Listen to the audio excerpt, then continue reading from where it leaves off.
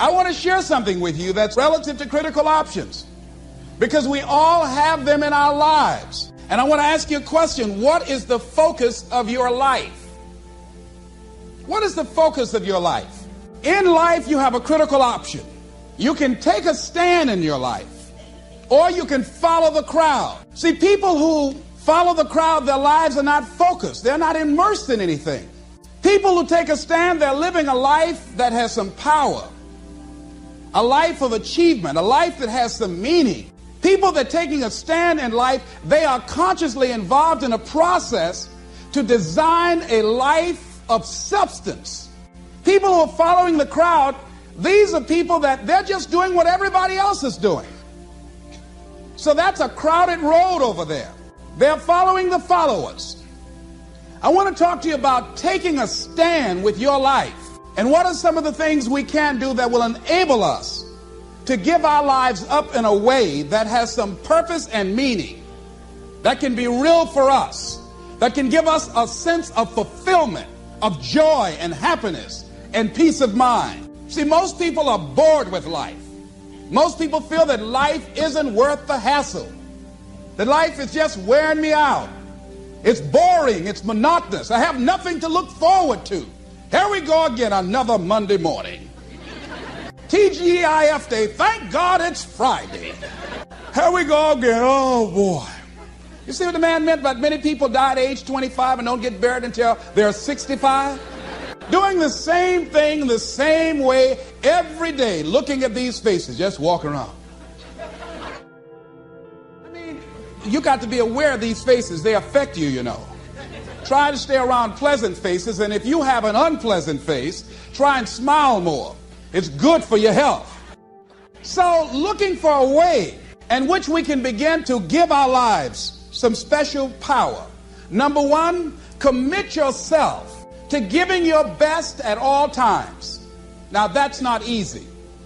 See, most people, and particularly those who are working in corporations, they're finding now they've got to change their behavior. We're now involved in a world economy. We will never do business the way in which we've done business in the past. We will never be able to, in the American workplace, do just enough to get by.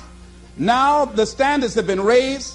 Quality and productivity has been increased because of the competition. And so now average performance will not be enough. This is a new day. Competition is fierce. So people who've been locked into a behavior pattern are working just hard enough to keep from getting fired. They're being laid off, are forced into early retirement. It's a new game now. So now more than ever, it's about increased productivity. Now more than ever, it's about superior quality service. Now more than ever, it's about creating a positive atmosphere in the workplace, and people that have that competitive edge, people that are hungry to make it. So you got to be hungry now. You can't just casually walk around, well, I'll get to it later on. Oh, no, this is a new day right now.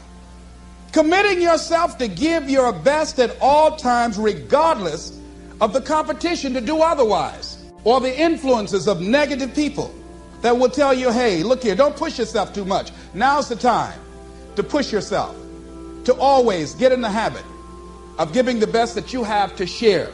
Thinking about a situation where I had to give a lecture out in Los Angeles, California for Xerox Corporation. Well, part of what I do when my profession is doing corporate training. My passion is doing training with kids.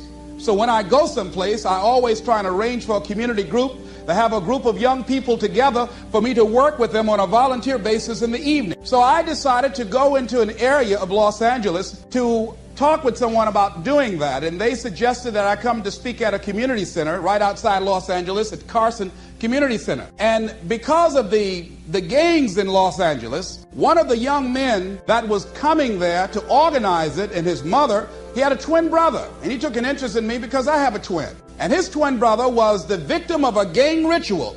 They brought in a new member in a gang, and he had to prove that he was really with them and committed. And his job was just to select anybody at random and kill them. And he did that as this young guy was coming out of a store. So they told me, Mr. Brown, would you come over and talk to the teenagers here? There's a lot of depression and despair and hopelessness and people feeling powerless about the gangs. and bring with you some handouts and materials so you can do a workshop, and parents will be involved too. Would you be willing to do that? I said, well, I'm doing a full day seminar, and I'm usually just physically exhausted afterwards. How many people you say you're going to have there? We guarantee at least 400 to 500 people there. I said, okay, I will come there and work with them and take them through this intensive. It's called Project Respect, how to create a shift in the community, how to get young people engaged in a process of creating positive peer pressure rather than buying into the negative peer pressure. Instruments and techniques of how we can provide ongoing coaching for young people to begin to change how they see themselves and their values and how to resist negative peer pressure. So I came there after working in a seminar, totally exhausted, in that Los Angeles traffic. It took over an hour to get there. Got there, they only had 7 people. I had an attitude. I said, you had me come all the way from Los Angeles after working all day just to talk to 7 people? You told me over 400 people were going to be here. Where are the parents? Only one parent here. My time is valuable. I've got all this material that we've copied to do a workshop. And so I went on and talked to those young people that were in the room, the 7 that were there, and I just gave them a little speech. And then I left. Went back to the hotel. That night around 3:30 in the morning, the phone rang. The minister that invited me called me and said, Mr. Brown, I've got to ask for your attention for a moment. I said, what is it?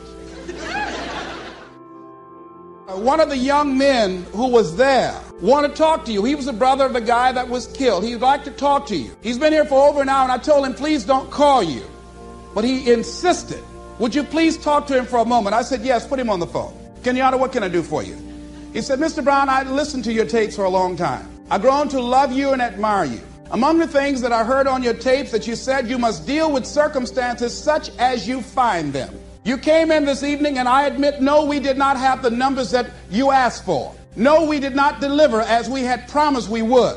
But we were looking for you, the motivator, to give us some hope. We were depressed and we don't know what to do. We were looking for some direction. And you were so caught up in pouting with your ego because we didn't have the place full. You didn't give us your best. Now, see, part of what won't let us grow in life is, number one, we identify when we get feedback. We start taking it personal. Number two, we start to justify. So I became defensive, and I said, wait a minute. I worked all day.